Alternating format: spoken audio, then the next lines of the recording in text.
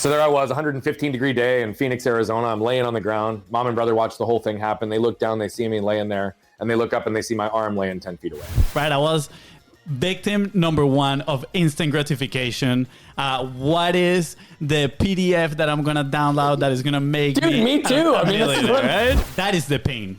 Right, the pain is it is. Yeah, having to look. It's inside. almost always. Everything begins and ends with you. Hey, I'm Luis. And I'm Luis. You're listening to the Content is Profit podcast. So, how do businesses and creators like us, who did not cheat with hacks and tactics and don't want to be stuck in the content wheel of death, how do we build a modern media team and profit from our content? In this creators economy, pre-filled templates and content calendars have become the solution for those that are not willing to put in the work and build a real business. Those that get rewarded are the ones that create and control their own process. That is right, and content can be either a distraction or your biggest lever. Here, you learn to develop the systems to create consistently, build trust with your audience, and get the attention of those that are willing to give you money. That's right, guys. Go to contentsprofit.com, join the community. Come on, guys. Come on. You know that you want to hang out with the BIZBROS. That is right. That's right. And today we have an epic episode, epic guest, and we're gonna be talking all about generating growth by becoming your most authentic self. Yes. Let's Bring go, it, baby. I'm ready. I just want to put out there, in the last few years, there has been a crazy journey, especially a transformational journey inside of us to be able to do this consistently and grow the business and the team. So I cannot wait to deep dive. I mean, we always share your business growth to the extent that you do. Yes. And I think today's episode, we're going to embark deper into that. Hey, Fonzie, fast and furiousing. Yeah. Did I say it right? Fast and furiousing. That's a new verb. That's a new verb. Who's sponsoring us today? Good question, good sir. You're welcome. Today's sponsor is your own, the BIZBROS. Let's go. We sponsor our own podcast with content momentum. And you might be asking yourself, what is content momentum? Well,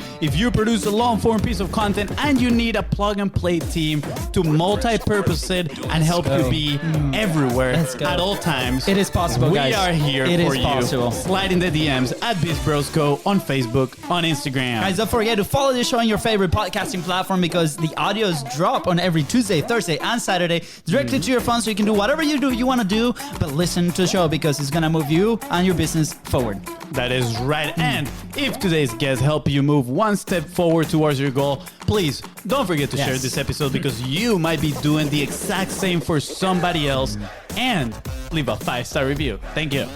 Epic guest alert! I wanted to say thank you to Adam from Podcasting Business School for introducing us to today's guest, whose story and message is going to inspire you and help you take the next right step towards becoming that person that you want to become. That is right, baby. Today's guest is an incredible entrepreneur that has started and scaled multiple businesses and now is giving back to the community with a personal goal of impacting, and listen to this, 1 billion lives, baby. Living his truth and allowing others to live theirs as well. Today's guest is a passionate performance coach, business strategist, top sales professional, and philanthropic leader who believes in helping. Yeah, big word, man. This Spanglish not very good looking. Who believes in helping growth-minded individuals become their most authentic selves. I hope you are ready for this trip. Oh yeah, baby. Please welcome the man of the hour, the Bogert, and what they call right there, the Trustache, Mr. Brian Bogert. Oh, man. What is up? I'm so excited to be here. You guys, I have to say, you might be some of the best hype men in the business as well, because you made me sound way cooler than I actually am. And Adam Shively is the man, and he has coined the nickname Bogert and the Trustache. So another little bit of credit to him. Absolutely. But I love everything about that intro, everything about how you guys tee this up, and I sure hope that people are going to your site to follow and hang out with you, because I get to hang out with you right now, and I'm excited about this. So let's go. Dude, thank you, man. Yeah, it means a lot. And yes, definitely shout out to Adam. He was like, dude, you need to ask him about the Trustache, right? And he said, we call him Bogert. I was like, this guy sounds awesome. He is right in the same lane with us. So, why not include a little bit of that in the intro as well? It was perfect. I love it. I mean, honestly, the freestyle on that, it's like, it warmed my heart. You guys gave me chills more than once in that intro. I'm ready to roll, guys. You're too good. All right, Brian. So for those that are not familiar with you, me included, right? You had a call with FONZI not so long ago, and he's literally have not stopped talking about you. And Adam's like, when is he coming, right? And we're like, I want to be part of the audience today, but I need to ask you. I know a little bit of your backstory, but for those listening, right, that are not familiar with you and what you do, like. Tell us a little bit about yourself. I know there was an episode in there when you were a kid that kind of shaped your entire life. Yep. So if you don't mind, let's go in there. Let's dig in and let's have fun now. Yeah, perfect. So I'll definitely start there. Before I ever start into my story, I always have to start right with this whole idea of who I am. I'm a husband and father first. Yes. Son probably behind that. And I have to say that, like, no matter what, I love that you kind of highlighted the big goal that we have to impact 1 billion lives. But I always have to start with husband and father first, because I'll tell you that if the 3 people that I care most in my nuclear family at home are not healthy mentally, physically, spiritually, emotionally, that impact is never going to happen, because my focus is on those 3. So I have to start there, because everything else we talk about, cool, but like that is my true life. That's my true joy. That's my true freedom and fulfillment. So I had to say that. Yes. For the story though, let's I'm going to actually bring you guys in. I'm going to say for you guys, if you could just indulge me for 1 second, just close your eyes for 1 second. And I'm going to tell a story. I'll tell you when to reopen them. I want you to imagine going to a store, having a successful shopping trip, breezing through the checkout line, walking out the door. You got a little pep in your step. You're going on with your day. You look up in the sky. You feel the warmth of the sun on your skin. You feel the breeze blow through your hair. And as you go to fumble in your pocket for your keys to unlock your door, you turn your head and you see a truck barreling 40 miles an hour right at you with no time to react. Go ahead and open your eyes. That's where this portion of my story begins. My mom, my brother, and I went to our local Walmart to get a 1-inch paintbrush. As we were headed back to our car, anybody who's known me for more than 2.5 seconds knows that I've got an energy and vigor and excitement for life. It wasn't a surprise to my brother or my mom that I was a few feet ahead of them, because I wanted to get home and put that paintbrush to use. And as I'm standing there, this was back in the day before key fobs, so I had to wait for my mom to literally physically catch up, stick the key in the door so we'd go on with our way. And as she was doing that, a truck pulls up in front of the store, driver and middle passenger get out, and the passenger all the way to the right felt the truck moving backwards. So he did what any one of us would do, scooted over to put his foot on the brake, but he instead hit the gas. Combination of shock and force threw him up on the steering wheel, up on the dashboard. Before you know it, he's catapulting 40 miles an hour across the parking lot right at us with no time to react. Now, we were in an end spot, so he hit the tree, went up and over the median in the tree, hit our car, knocked me over, and ran over me diagonally, tearing my spleen, leaving a tire track scar on my stomach, and severing my left arm completely from my body. So there I was, 115-degree day in Phoenix, Arizona. I'm laying on the ground. Mom and brother watch the whole thing happen. They look down, they see me laying there, and they look up and they see my arm laying 10 feet away. Fortunately for me, my guardian angel also saw the whole thing happen. There was a nurse that walked out of the store right when this took place. And she saw the literal life and limb scenario in front of her, and I'm forever indebted to this woman for choosing to go into action versus turning to go on with her day. You see, she came over and she immediately stopped the bleeding on the main wound and saved my life. Wow. And she instructed some innocent bystanders to run inside, grab a cooler, fill it with ice, and get my detached limb on ice within minutes to give me a fighting chance of having a reattached arm. Yeah. So if it wasn't for this woman, I either wouldn't be here with you guys today, or I'd be here with you today with a cleaned up stump. That's just the reality. Ooh.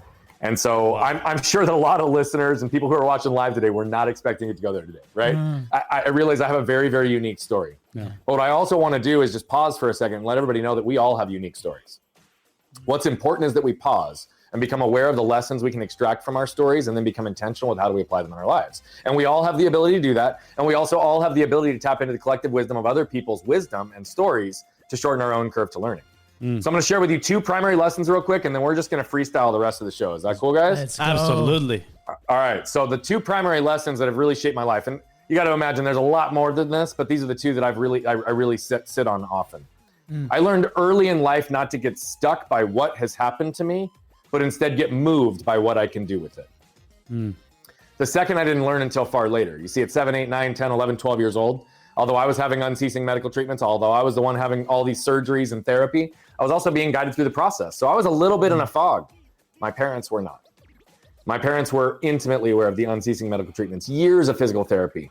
And the idea of seeing their son grow up without the use of his left arm was a source of great potential suffering. So they willed themselves day in and day out to do what was necessary, to do what was tough, to embrace the pains required to ultimately strengthen and heal me. So whether intentional or not, what they did was they ingrained in me a philosophy and a way of living, which was to embrace pain, to avoid suffering. And I believe that when this is done correctly, that's also where we gain freedom. So it's these concepts that we've used to not only overcome this unique injury, but how my business partners and I scaled our last business to over 15 million with the span of a decade. And now how we're flipping that on its head through all of our entities and as a human behavior and performance coach to help individuals and organizations, just like you, just like the people listening, become more aware, more intentional, and who they already are, their most authentic selves. You see, I believe this is when the door starts to crack to perspective, motivation, and direction. And when we have a fighting chance to allow joy, freedom, and fulfillment to enter into our lives holistically, which is why we're on a mission to impact 1 billion lives. Because if we can reduce the level of suffering on this planet, allow individuals to not only be confident, but convicted in who they are, knowing that vulnerability and authenticity, which is the glue that binds human connection, will be a much more part of the forefront, then not only will we be able to stand on our own 2 feet, knowing that the world won't just accept us for who we are, but will embrace us for exactly who we are. I believe that's true freedom. I believe that's true joy. I believe that's true fulfillment. And that's why I'm committed the way I am, because it'll leave the world a better place for my kids and my grandkids. Whew. Wow. Absolutely amazing. Standing ovation, by the way, by the crowd right now. That is a beautiful message, Brian. And this is what I loved about, the first conversation that we had behind the scenes, you and I. And I think that this is why I was also so hyped up about today's show and sharing with my brother, is that passion that you have, man. Through, like you said, everybody has their own story, and their own stories is special in their own way. And that is something that I really love, right? It's not like, oh, my story is more special than anybody, than other people, right? Just because maybe I suffer in different ways. So maybe my story is more important. No, everybody has super important stories, and we can use those. Yeah. But I love the fact, man, that you're so passionate about your goals, right? Your vision, and making it happen. Literally, I've listened to a few of other podcast episodes that you've been a guest, and the energy is always there. The passion about it is always there. The message is always there. So, when we talk about this journey, right, of finding your authentic self, you're going to find that message, right? You're going to find that passion. And yes, there's going to be difficult days here and there. That is, that's just life, it is. Yeah. But I feel like when we have that clarity, it's just easier to move forward, right? And I have a few questions. Oh, sorry, you were going to say something? No, I was just going to say, bro, I 100% agree. I mean, literally at the core of everything I talk about is just that. Right. I think when we can truly align with who we are, build our life in intentional alignment so it can become self-regulating. Yeah. We know what fits and what doesn't. Right. We truly get to move faster with less effort. Yeah. And that's like the most powerful thing, is like there's all this resistance for people to actually lean in and do the work that's necessary, because it's the hardest fucking work we're ever going to do. And pardon my language, I know we're live, but like, it is not easy. Yeah. Right. And the reality of it is it's the hardest journey, but it's also the most worthwhile one, because you truly get to see the impact on the other side. Mm-hmm. So I'm all for questions. Let's go. I didn't mean to interrupt you, but I just wanted to hit that point hard, because that is why I have the passion. That's why I have the conviction, because I know what it's like to be chasing stuff for the wrong reasons and be completely lost and miserable. And I know what it's like on the other side. Yeah. No one deserves to feel this way like I used to, and everyone deserves to feel like I feel right now. So the passion is real. The energy is real, because I just want to free the universe. Yeah, absolutely. First of all, Brian, do not apologize, my friend. You can interrupt whenever you want. Yeah, this is a free-for-all conversation here that we're having today. He does it to me all the time, so we're good. Yeah, in 206 episodes, I haven't apologized. But he does once. that for other reasons. He told me that when we talked last time. He's like, I'm going to talk more than him. Just know it that. always happens. I mean, at least he has the smart questions. I put in the dad joke sprinkle. Hopefully, it's not coming. Dad jokes are what it's all about, by the way. That's what it's all about. I mean, you guys can relate in there. Eventually, it will be my time to get the dad jokes when I get some kids on my own. I gotta give one letter sidebar, because I've got this great thing. My wife every year for Father's Day has gotten me a Father's Day shirt, right? And this last one I've got, it's literally a Venn diagram, and it says like dad jokes on one side, like what's actually funny here, and then in the middle of the Venn diagram is where the magic happens. And I just like die laughing every single time, because I'm like, that's pretty much me. Like I live in where the magic happens. Yeah, that's awesome. Right there. Yeah, I love it. That's what I tell myself. Everybody else thinks it's probably just dad joke. Yeah, perfect. She has to sell those shirts. Just throwing out there. It could be a whole new business for you guys, right? It seems like the dad T-shirt sales. I think, I don't know. definitely have a better name than that. But Brian, let's go backtrack a little bit. I am extremely curious about this point number 2 that you made about embracing pain to avoid suffering, right? If I'm being honest, I think I kind of like grasp the concept, but I really want to dig a little bit deeper, because I believe there's a key here for for people to move forward, right? And I put it this way because we have experienced a lot of pain growing a business. We are currently experiencing pain still growing the business, right? And I feel like that pain also trickles to other sides of your life, right? It goes to your personal life, right? Your community, everywhere, right? And it starts causing maybe stress, anxiety, all these negative things that might not allow us to perform at the level that we want, right? So yeah, I'm extremely curious. Can we dig a little bit deeper into that? Yeah, I'll break this down. And I just want to give one caveat. Like everything I talk about, right, is really a holistic way of viewing the world. So it's going to have business relevance. It'll have relational relevance. It'll have health relevance. Yeah. So the way that I communicate is and the way that I teach, if you will, although I don't necessarily call it teaching, it's just communicating my truth, is typically going to be done through a universal truth, something rooted in the human experience. So just understand that so that everybody that's listening can understand this. This will help your business. This will help your life if you actually pay attention. This idea of pain and suffering, we need to really understand what the definitions, and we need to understand what the narrative of the world is first, right? So we absolutely know that the world narrative is to reduce, eliminate, or avoid pain at all costs. That's literally what the world preaches. It's like reduce, eliminate, or avoid pain. That's why we see all these things for numbing. That's why we see all these things for pain management. That's why we see all these things for just avoidant tactics in our world. That's just the fact. Yeah. And oh, by the way, this is a natural evolutionary response, right? Because it was really around the fight or flight for survival. 100 years ago, you cut your leg, you could die. Let's just call it what it is. But that's not where we are today. Yeah. So it causes us to update our definitions of pain and suffering. So let's look at pain. Pain is defined as short-term, intermittent to direct cause from something, and then alleviated once that direct cause is removed. And then we as human beings screw it up like we do with just about everything, and we put adjectives and words in front of it to change the definition, like acute and chronic. Acute maintains the definition, but chronic inherently changes it because it implies that it is no longer short-term and it persists after the direct cause is removed. Yeah. Okay, whereas suffering is a whole different thing. So let's stop calling it chronic pain. Let's call it suffering, because that's what it actually is. Now, suffering we don't want to admit exists, particularly when it's the direct result of our choices. And it often creeps up on us until its effects are sometimes irreversible, and often until we even recognize it's there. It creeps up on us. Whereas pain gets lots of attention, right? It's real time, it's in front of us. And pain, what's difficult about it is that it really cannot be measured independent of the person experiencing it. Yeah, true. Other than one thing. We all experience pain. Okay? So let's understand what this concept is. And what we have to recognize is the unavoidable precursor to change is acceptance. So until we accept the current state of things, we cannot alter them. Like that is something that applies to this whole concept from the get-go. We can embrace the pain of hitting the gym for 30 minutes a day to avoid the suffering of aches and pains of a sedentary lifestyle. We can embrace the pain of a difficult conversation with a loved one or spouse to avoid the suffering of either being stuck in a loveless marriage that's going to end in divorce or being stuck in a marriage when you really want divorce. We can embrace the pain of the fit our kids are sure to throw by having them put down their mobile devices at the dinner table to avoid the suffering of years of lost meaningful connection and conversation we'll never get back. As business owners, we can embrace the pain of firing our top salesperson, contributing the most to top line growth, to avoid the suffering of stagnant growth and losing all our other top talent because they were the greatest cancer in our culture, right? We can embrace the pain of recognizing that we actually have trauma and things that we need to unpack and feel in order to heal, to avoid the suffering of circling the drain constantly because our emotional triggers won't allow us to escape as who we are.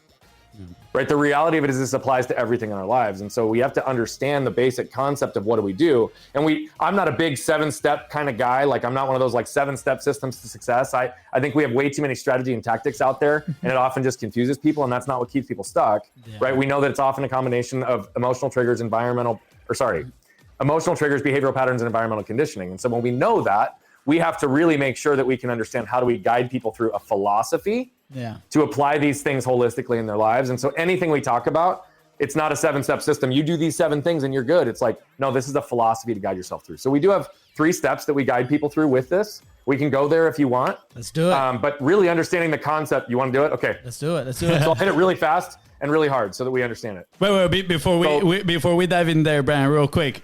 Go. I mean, I love this. I want to see if I can simplify this in a way, right? I see what you're talking about the embracing the pain, the difficult moments, right? I feel like you're talking about owning those moments, right? Taking responsibility in those difficult moments that, like you said, they're going to save us from that future suffering, right? I see it as an investment in today. What is the difficult thing that I need to do today right? So my long-time return is not negative, right? Which would be that suffering. I believe we almost choose our pain or our suffering will choose us. Ooh, that's good. So it's about the active choice right now, regularly and consistently, to do the things that are necessary, because the pain, I'm not talking about putting ourselves into unnecessary amounts of pain for pain's sake. It's about identifying the proper pains between where we are today, where we want to be, and viewing them as a part of our path to success. I love it. So, I mean, to do this, I feel like you need to consistently be kind of like evaluating yourself too, right? It's like, where am I right now, right? Where do I want to go? Am I, accepting the pain that I need to accept today? I mean, you should just outline our 3 steps for us, brother. You're already doing it right now. It's perfect. So before we go there, I want to relate it to a couple of stories that we had, right? Like, as you were explaining this, I'm going back in our life and I'm like, wow, these are the moments where we chose our pain to whatever outcome, right? Like, when I was 15, I ended up going to Italy, right, to play soccer, right? The pain there is like, I had no idea about Italian. My family was not there with me. I was going to be there for a full year. I did not know anybody, right? And that was like the pain that I chose, right? But the dream was so big, right? It's like, I want to pursue my career here in Europe for soccer versus in Venezuela, that soccer is not a thing, right? Then later on, same thing happened with Spain. Then later on, when we came to the US, right, we left our home country, same thing, like our families in there, right? We didn't know anybody. We had to come and we had to fight for our spots, fight for our scholarships, like, and then, because in my mind, how I saw it was, okay, the benefit of doing this right now, of going through this specific events that might suck, right? Because we're brand new to this country. We do not know the language. Like, we had to work extra hard, right? It's going to be so much worth it. But I saw it as the positive, not as avoiding the potential suffering of going back to Venezuela and then having to grow and work in a communist and socialist regime, for example, right? Like that for us, I saw more on the opportunity, right? So do you see both with like people? Yeah, so this is the perfect place. Let's jump into both, because I'm literally answering both of your questions through these next 3 steps. I promise. Let's do it. Because the way you're thinking about it is exactly correct. And I love that you even related it to specific examples that others can, because again, dude, first generation immigrants, they've embraced a ton of pain to avoid suffering.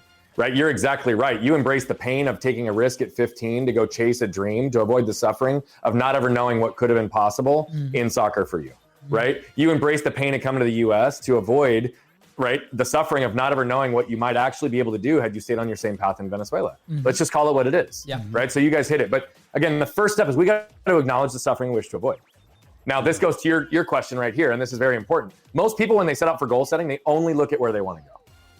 Right? It's like, I want to go get this goal. And I said, oh, by the way, but most people, you two did not clearly, but most people also set goals and they protect themselves in that process. Right? And so they'll set goals and it's like, oh, I want to lose 10 pounds when really they need to lose 20, but they say they're going to lose 10 because they know they can hit it. It's a guarantee, right? You guys uprooting your lives to move to the States, there's no guarantee at all. That's not at all. So yours is a much bigger thing. You're right. I was chasing opportunity. But most people look at this and they're like, I'm going to set this goal. I'm going to set this vision. I'm going to set this here. Nobody really thinks about the things we want to avoid. It's 2 sides to the same coin. So we have to understand that when we do our goal setting, we also have to understand what we're trying to avoid. For you wanted to avoid not having opportunity through a league that wasn't going to be as established as the European League for soccer. And you saw it as a path to say, look, I could play here, but it's probably not going to get me as great of an opportunity as if I go somewhere else. Right? And so you were able to understand that your suffering was, I could take the same path in Venezuela, but it probably won't produce the same outcome for where I want to go. And so because you had the goal, you also understood the suffering, you had to close that gap. Let me give an example of a client here, because this is a highly relatable one, right? He's 38 years old. He, before the time he was 18, moved 26 times. Lived with his mom, his dad, his grandma, his aunt. Never lived in the same place twice. Never had the same set of friends twice. Fast forward to today. He's got a beautiful wife and 2 beautiful daughters. Literally everything he wants in his world is what's right in front of him in those 3 women. Truly, everything. Connection, love, memories, legacy, everything. And so when he literally focuses on the 3 of them, he recognizes it, but he also knows that he also never had an opportunity to give or receive love. And so he can't be the man, husband, father that he knows he's capable of being and they deserve, because of his emotional triggers that have kept him in the patterns for his whole life. So now he's got to sit down and really paint this picture to understand where he wants to go. So he's got this really defined, vivid picture of his wife and him sitting on their ranch in Texas 40 years from now with the wind blowing through the brush. And the only thing breaking the silence is the laughter of his daughters and his grandkids.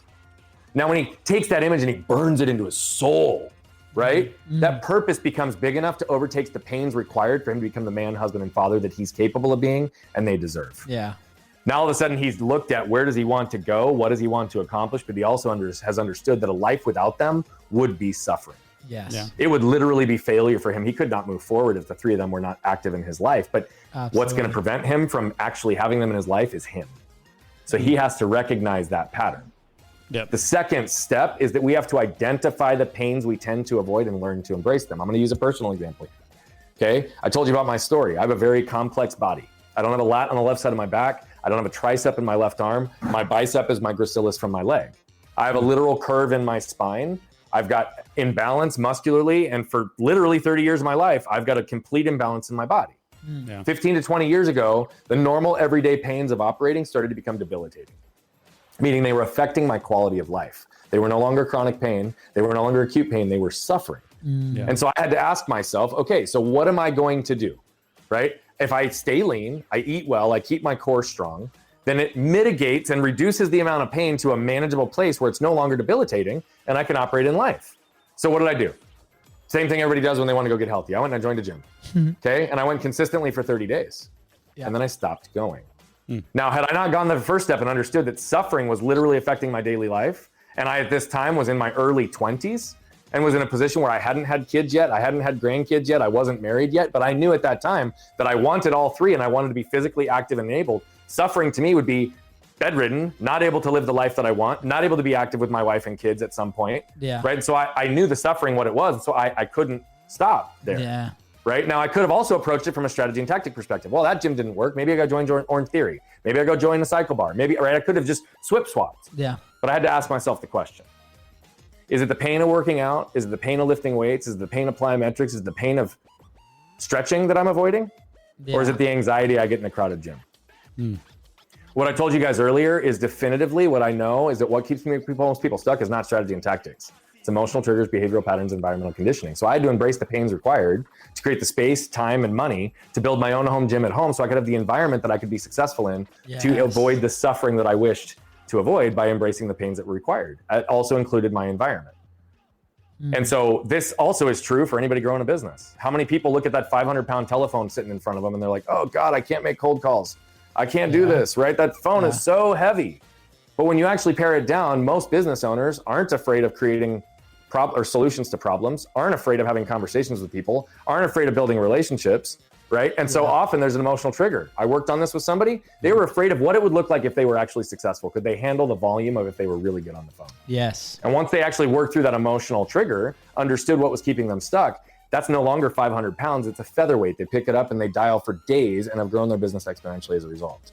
So again, it's not about putting ourselves into unnecessary amounts of pain. It's identifying the ones between where we are today and where we want to be. Yeah. The last step is super easy, and then we'll wrap on this section. It's to establish this as a habit in all areas of our life. What we know from experts in habit formation is that there is an upfront energy expense to all new habits.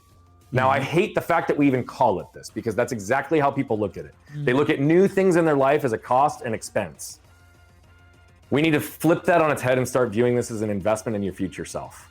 If we leverage the rules of compounding interest to recognize that what I do today will directly affect where I'm going to be tomorrow, then it's these pains, it's these discomforts that we start to learn to embrace, and the way they compound over time, they get easier and easier the more we do them. They're no longer painful. Yeah. They then become discomfort, and discomfort is like the 5K to pains marathon, right? Yeah. So we can simplify it the more we actually embrace this in our lives.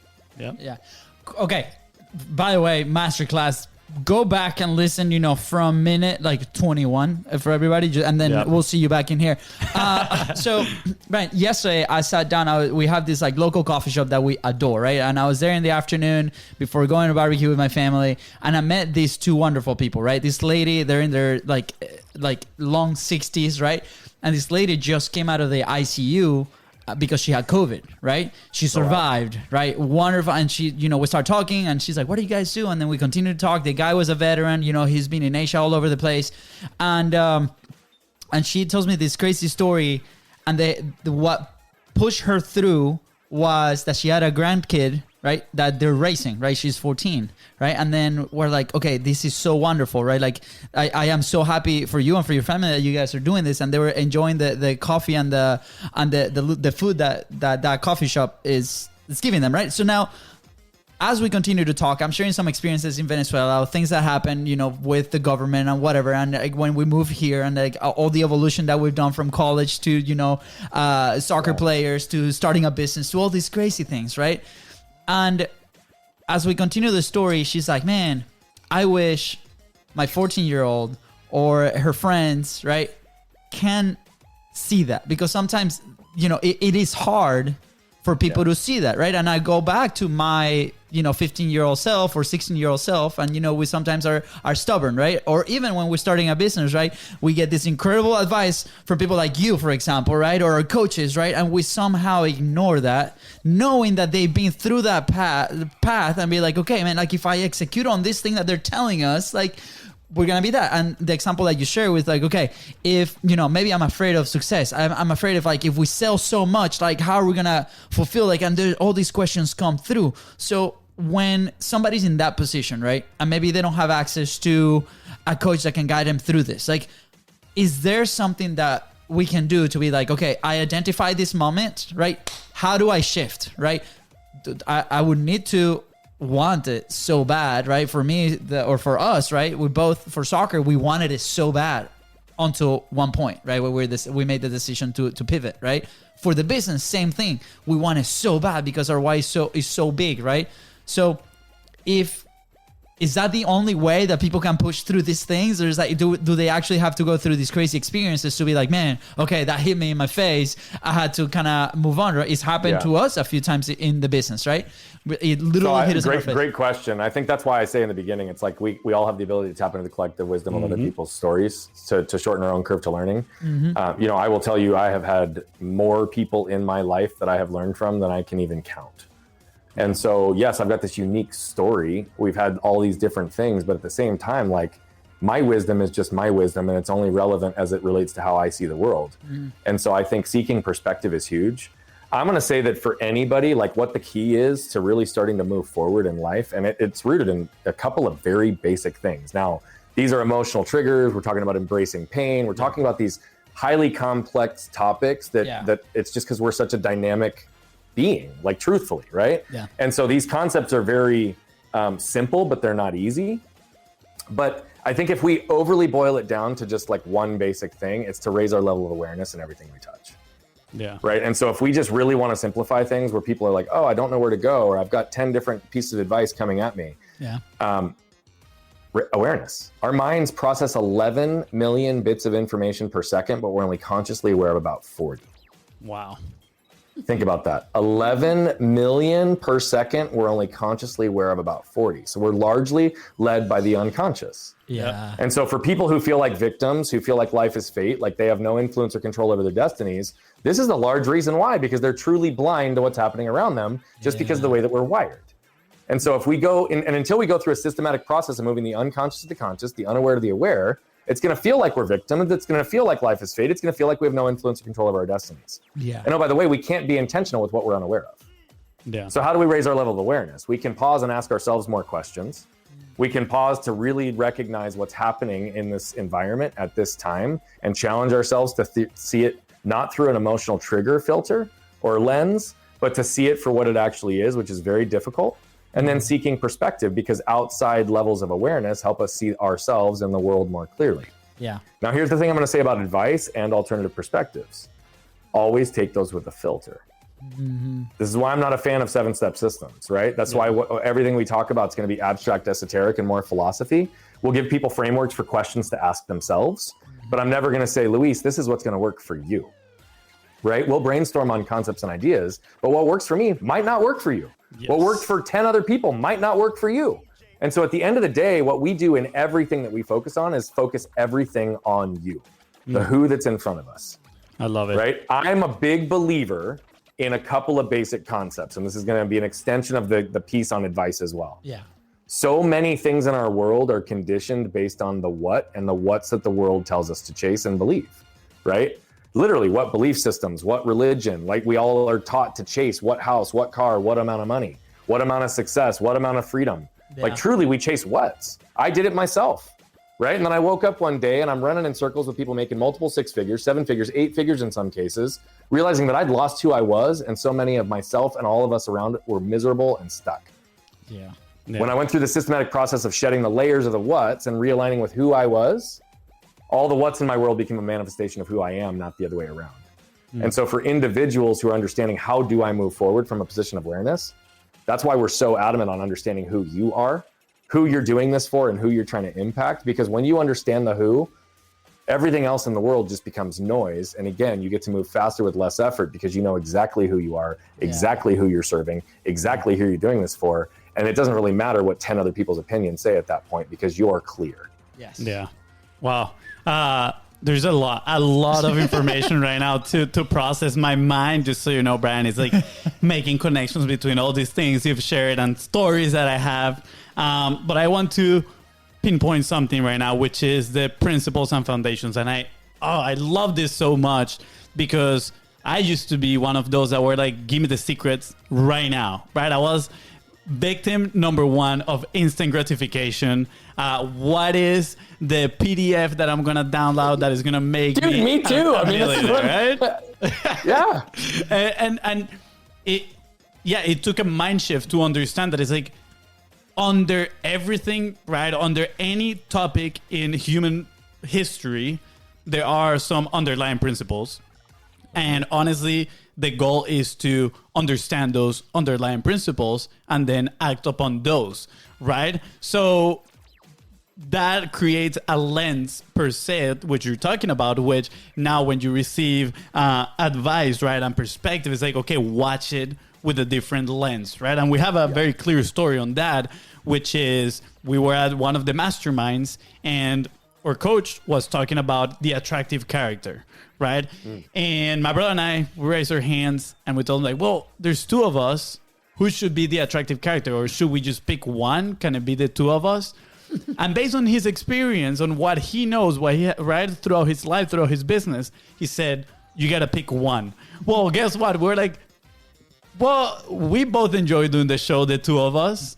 Let's give it a try, right? Yeah. And we realized that the one attractive character is a tactic, right? The 2 of us attractive characters is the underlying principle of you got to be relatable, right? And guess what? Right. The 2 of us, we can make it relatable in very different ways because he has experiences, I have different experiences, and we can make it that way, right? So I love that. Principles and foundations. The other thing that I want to, kind of like pinpoint is inner locus of control, right? Which this has it all over it, which is obviously own the pain, right? Just take responsibility of your own life. And yesterday I was actually on a phone call with my mom while I was doing groceries at Trader Joe's, right? I was kind of freezing there. I don't know why they keep it so freaking cold in there, but I'm talking to my mom and we're throughout, we're kind of like having a little bit pain in the business right now in certain areas. And I'm talking to my mom and also me personally, I'm having some pain in like my relationship side of things, right? And I think it's been like trickled down between both. So I'm talking to my mom and I tell her, Mom, you know what is the annoying thing about inner locus of control? I told her, I'm like, and I'm grateful for this, but it's so annoying, and I told her, and this is something that I feel like I've learned throughout my entrepreneurial journey. Is something that I've gained, right? And I absolutely love it. But right now, at this point, I'm so pissed about it because as much as I wish to pinpoint fingers and say, it's your fault, I can only look inside and say, what am I doing to be in this situation where I'm right now? And what do I need to do to be where I want to be in the future, right? It's kind of like that honest self-assessment. So that is the pain, right? The pain is... It is. Yeah, having to look inside. It's almost always. Everything begins and ends with you. Yep. Right? And literally when people are having pains in their life externally, the first place we challenge is inside. right? What was your role in this? How did you see it? What was your worldview on this? How did you show up in that environment? Because again, there's this idea of perspective. Again, we're conditioned to be fight or flight, right? I believe the human experience is rooted in 4 basic things. Right? We all desire to feel safe. We all desire to feel protected, and those are not the same things. We all desire to feel seen and understood, and we all desire to feel connected. Right? Think about it. The first 3 are highly emotional. Feeling safe, feeling protected, feeling seen and understood are highly emotional, right? I used to believe human connection could be done from a strategic and tactical standpoint, but human connection without emotion is not really human connection, okay? And so what we have to understand is if we recognize all these things, I often look at, okay, if I'm in a scenario where I don't feel safe or protected, am I gonna perform at my best? No. Am I ever gonna get the opportunity to connect with somebody? Probably not. Right? And so often when we're building businesses, we're looking at relationships, we fail to neglect the fact that if we are reacting, there's probably a trigger that's rooted in that that's causing us to create damage in that moment that doesn't even need to be there. Okay? And we need to understand, am I feeling safe, protected, seen, understood, and connected? What about the other person? Have I created an environment in the way that I approach them that they might actually be able to receive the words that I'm coming at objectively and non-judgmentally and through a lens of neutrality versus a lens that's charged based on a trigger? So we do a lot of work on triggers because I genuinely believe that this is the key. This is like literally the tip of the spear to building better cultures, better businesses, better leadership, better relationships, better health, better everything. It's to truly understand our triggers. Triggers are those things that cause us to react that we aren't even aware of, right? So when we load the dishwasher incorrectly and our wife or spouse looks at us and implies that we did it incorrectly, very likely our trigger in that moment has nothing to do with them or that scenario. It has everything to do with how our grandma looked at us when we were 7. But we've never actually paid attention to it because we're unconscious to it. So when we recognize that emotional triggers are really the key, right? It's those moments where you're in a business meeting and I talk too fast or I'm loud and people shush me, and all of a sudden my shame causes me to shrink down in myself. I bite my tongue. I'm not operating at my best.